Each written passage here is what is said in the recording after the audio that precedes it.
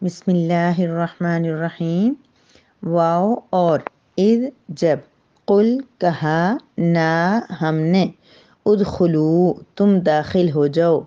ہادہی اس، القریۃ بستی میں، فاپس کلو تم کھاؤ، من سے ہا اس، منہا اس بستی سے، حیثو جہاں سے، چاہو تم شئتم جہاں سے، شئتم تم چاہو، رغدن بافراغت، کھلا ڈلا، زیادہ یا بغیر روک ٹوک کے، واو اور ادخلو تم داخل ہو جاؤ، البابا اس دروازے سے، سجدن سجدہ کرتے ہوئے، واو اور قولو تم کہو، حطتن حطتن یعنی معاف کر دیجئے، نغفر ہم بخش دیں گے، لکم تمہارے لیے، خطایا خطاؤں کو، کم تمہاری، واو اور سا انقریب، نہ ہم، زیدو زیادہ دیں گے، وسنزیدو اور انقریب ہم زیادہ دیں گے، المحسنین نیکی کرنے والوں کو یا احسان کرنے والوں کو۔ وَإِذْ قُلْنَا ادْخُلُوا هَٰذِهِ الْقَرْيَةَ اور جب ہم نے کہا کہ تم اس بستی میں داخل ہو جاؤ، فَكُلُوا مِنْهَا بس تم اس بستی سے کھاؤ، حَيْثُ شِئْتُمْ رَغَدًا جہاں سے بھی تم چاہو، بافراغت یا بغیر روک ٹوک کے، تم جہاں سے چاہو، وَادْخُلُوا الْبَابَ سُجَّدًا اور دروازے سے تم سجدہ کرتے ہوئے داخل ہونا، وَقُولُوا حِطَّةٌ اور تم کہنا کہ بخش دیجئے، نغفر لکم خطایاکم ہم تمہاری خطاؤں کو بخش دیں گے، وسنزید المحسنین اور عنقریب ہم احسان کرنے والوں کو زیادہ دیں گے۔ نحمدہ و نصلی علی رسولہ الکریم، اما بعد۔ سورہ بقرہ کی آیت نمبر 58 ہے، جس میں اللہ تبارک و تعالیٰ اسی واقعے کو مزید تفصیل سے بیان فرما رہے ہیں کہ جب ان بنی اسرائیل کو وہاں پہ جب ایک وادی تیم میں رہے اور وہاں پہ آسمانوں سے سایہ بھی ملا، من و سلوہ بھی ملا، اور کھانے کے لیے بنایا جیسے من و سلوہ تیار ان کو ملا، اور اللہ پاک نے بہت سارے ان پر وہاں پہ انعامات بھی کیے، تو پھر انہوں نے اس کے باوجود کیا کیا؟ میں جیسے کہ کل کے سبق میں بتایا تھا کہ دو باتوں سے اللہ پاک نے ان کو منع کیا تھا۔ ایک یہ کہ آپ نے اس کھانے کو جو اللہ کی طرف سے تمہیں بغیر کسی مشقت کے مل رہا ہے، اس کو اپنے ذخیرہ نہیں کرنا، جمع نہیں کرنا، اور ویسے بھی اسلام میں ذخیرہ اندوزی منع ہے۔ ذخیرہ اندوزی کا بڑا نقصان ہوتا ہے اور بجٹ معیشت پہ بڑا برا اثر پڑتا ہے، مہنگائی بہت زیادہ ہو جاتی ہے، جیسا کہ آپ کو پتہ ہے کہ ہمارے یہاں بھی ذخیرہ اندوز ہوتے ہیں اور وہ مال کو اکٹھا کر لیتے ہیں، جمع کر لیتے ہیں، جس سے مارکیٹ میں شارٹیج ہو جاتی ہے اور وہ چیز بہت زیادہ مہنگی ہو جاتی ہے، پھر وہ سامنے لے کے آتے ہیں اور بہت مہنگے داموں بیچتے ہیں، اور بہت ہی معمولی چیز کو جیسے آلو پیاز تک کو، آٹا وغیرہ، ان چیزوں کو ذخیرہ کر کے رکھ دیتے ہیں، تو یہ بہت زیادہ منع ہے کیونکہ اس سے لوگ عام انسان کا بڑا نقصان ہوتا ہے۔ تو اللہ پاک نے ان کو منع کر دیا تھا کہ آپ نے کچھ بھی ہو، آپ کو یہ ملتا رہے گا، ہمیشہ ملے گا، لیکن آپ نے اس کو جمع نہیں کرنا۔ تو انہوں نے اس کو جمع کرنا شروع کر دیا، تو اور وہ گلنا سڑنا شروع ہو گیا اور اسمیل آنا شروع ہو گئی اور بیماریاں پھیلنا شروع ہو گئی۔ اور دوسری بات منع کی تھی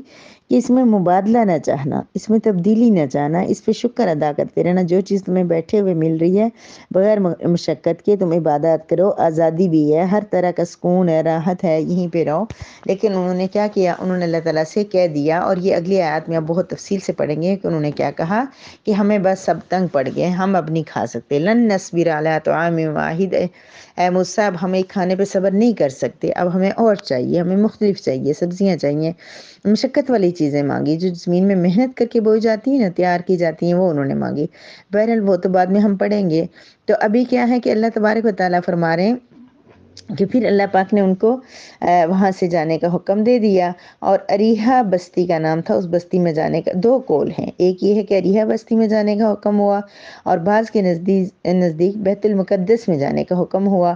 اور اریحہ بستی میں اگر جانے کا حکم ہوا تو وہاں پہ قوم عمالقہ رہتی تھی، جسے بعد میں جو قوم عاد کہلاتی ہے، تو وہاں پر ان کو جانے کے لیے حکم کے لیے اللہ پاک نے ایک شرط رکھی کہ آپ جب وہاں پہ داخل ہوگے تو کیا کرنا؟ عاجزی کے ساتھ داخل ہونا۔ دو معنی ہیں سر جھکانے کے، ایک تو یہ ہے کہ باقاعدہ یعنی کہ اپنے جسم کو جھکا کے تھوڑا سا نیچے مڑ کے، جس طرح سجدے کی کنڈیشن ہوتی ہے اس طرح کر کے کمر جھکا کے جانا، اور دوسرا یہ ہے کہ سجدہ شکر کرتے ہوئے، مطلب عاجزی ہو دل میں، اللہ کا کی طرف سے احسان مندی ہو، اور یہ ہو کہ ہم کوئی بھی نہیں ہیں، معمولی انسان ہے، یعنی کہ عاجزی کرتے ہوئے سجدہ شکر بجا لاتے ہوئے اندر داخل ہو جانا وہاں پر۔ لیکن انہوں نے کیا کیا، اور دوسرا لفظ اللہ تبارک و تعالیٰ نے بتایا کہ وہاں پر تم یہ حطتن، جیسے ہم کہتے ہیں کہ ہمیں کہا جائے کہ استغفار پڑھتے ہوئے جانا، تو ہمارے لیے منہ پہ ہوتا ہے کہ استغفر اللہ استغفر اللہ، بس اوقات یہ ہوتا ہے کہ ہم نہ میننگ پہ غور کرتے ہیں، نہ ہمارا دھیان اپنے گناہ پہ ہوتا ہے، نہ ہم شرمندہ ہوتے ہیں، بس ہم منہ سے بول رہتے ہیں استغفر اللہ استغفر اللہ۔ چلیں یہ بھی ہو سکتا ہے اللہ پاک کو انشاءاللہ پسند آئے،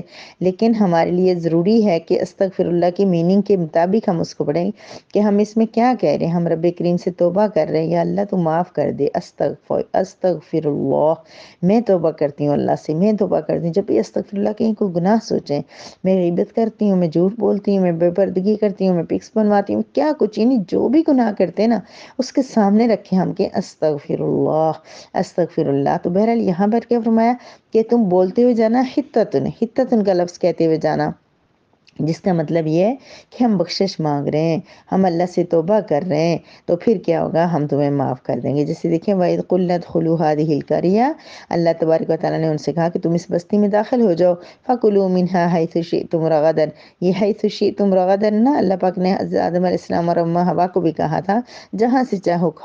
کھاؤ سوائے اس درخت کے، تو ان کو کہا گیا کہ یہاں جا کے تم جو مرضی کھانا، کوئی تمہیں روکے گا ٹوکے گا نہیں، جتنی محنت کرو گے اتنے ملے گا، اور جو چیزیں تمہیں چاہیے نا یہ سارا یہاں تمہیں ملے گا، کیونکہ انہوں نے موسیٰ علیہ السلام نے ان کو پہلے سمجھایا تھا کہ یہ آزادی بڑی پیاری نعمت ہے، اگر ہمیں یہاں بیٹھے ہوئے مل رہا ہے اور آزادی بھی ہے ہمارے پاس، ہم عبادات کر سکتے ہیں، اللہ کا ذکر کر سکتے ہیں، اپنی آخرت بہتر کر سکتے ہیں، تو کیا کریں، صبر شکر کے ساتھ یہیں پہ رہتے ہیں۔ لیکن انہوں نے کہا نہیں، ہمیں جو ہے نا جا کے کرنا ہے، اور وہ سارا واقعہ پھر الگ سے ہم تفصیل سے پڑھیں گے۔ تو اللہ تبارک و تعالیٰ نے ان کو طریقہ بتا دیا کہ تم وہاں سجدہ کرتے ہوئے داخل ہونا، جہاں سے مرضی، پہلی بات ہے کھانا تمہیں سب کچھ ملے گا، لیکن سجدہ کرتے ہوئے داخل ہونا، عاجزی سے داخل ہونا، اور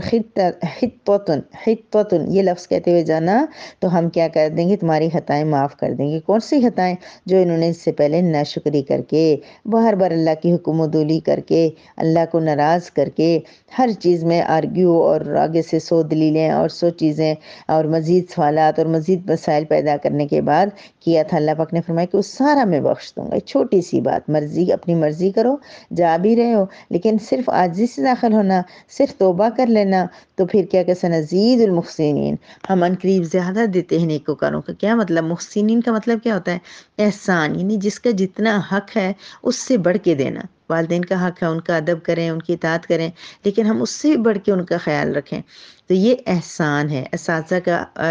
کے حقوق میں سے ہے کہ ان کا ادب کریں، احترام کریں، اطاعت کریں، ان کے لیے دعائیں کریں، سب کچھ، لیکن ہم اس سے بھی بڑھ کے ان کے لیے کچھ کریں گے تو وہ احسان ہوگا۔ احسان کا مطلب ہوتا ہے کہ جتنا بھی جس کا حق ہے اس حق سے بڑھ کے ادا کر دینا، کسی مزدور کی، کسی آیا کی، کسی کام والے کی جو ہم نے مزدوری طے کی ہوئی ہے اس سے تھوڑا بڑھ کے اس کو ادا کر دینا، 500 1000 100 200 اس میں کیا کر لینا، اضافہ کر لینا، یہ ہے احسان، اور یہ اللہ پاک کو بہت زیادہ پسند ہے۔ اللہ پاک فرماتے ہیں کہ احسان کرنے والوں کو میں کیا کرتا ہوں، زیادہ دوں گا، اور عنقریب یعنی جلد، اللہ کے ہاں جب پہنچیں گے، اللہ کے لیے وہ جلد ہی ہے، بے شک جتنے سالوں بعد آئے، تو اللہ تبارک و تعالیٰ نیکی کرنے والوں کو، احسان کرنے والوں کو کیا کریں گے، بہت زیادہ دیں گے۔ تو ہمیں بھی تو اللہ تبارک و تعالیٰ نے بہت بڑی باتیں نہیں کی ہیں، اللہ پاک نے یہی تو فرمایا کہ 5 وقت کی نماز پڑھیں، تلاوت کا اہتمام کریں، اس قرآن کے مفہوم کو سمجھیں، اس کو سیکھیں، اور چھوٹے چھوٹے گناہوں سے عاجزی، یعنی عاجزی سے نبی کریم صلی اللہ علیہ وسلم مکہ مکرمہ میں داخل ہوئے، اللہ تبارک و تعالیٰ کا یہ حکم نہیں تھا کہ آپ سر جھکائے ہوئے داخل ہونا، لیکن جب مکہ میں داخل ہوتے ہیں فاتح بن کر، مکہ کو فتح کرتے ہوئے، تو آپ صلی اللہ علیہ وسلم کی ٹھوڑی اتنا سر جھکا ہوا ہے کہ آپ کی گردن اوپر نہیں اٹھ رہی، پورا نیچے مڑے ہوئے، پورا ٹائم جب اندر داخل ہو رہے، تو عاجزی انسان کے اندر آ جائے نا، تو انسان بہت سارے گناہوں سے بچ جاتا ہے،